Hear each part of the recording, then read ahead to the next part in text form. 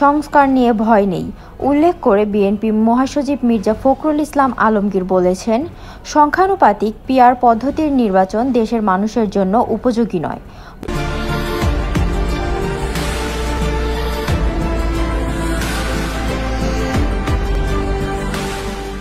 মঙ্গলবার জাতীয়তাবাদী স্বেচ্ছাসেবক দলের সাবেক সভাপতি মরহুম শফিউল বারী বাবুর পঞ্চম স্মরণ সভায় অংশ নিয়ে এ কথা বলেন তিনি।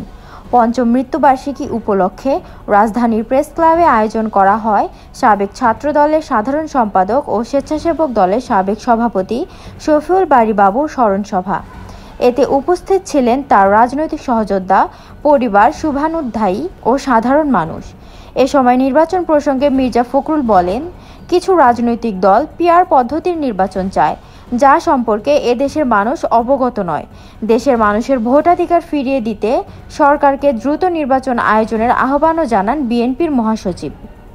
আর দয়া করে নির্বাচনের যে তারিখটা নির্ধারণ করেছেন আমাদের ভারপ্রাপ্ত চেয়ারম্যান জনাব তারেক রহমানের সঙ্গে লন্ডনের বৈঠকে বসে যেটাতে জাতীয় অনুপ্রাণিত হয়েছে, আশান্বিত হয়েছে, সেই সময়টাতে নির্বাচন দিন, মানুষকে তার অধিকারটা ফিরিয়ে দিন, ভোটের অধিকার ফিরিয়ে দিন।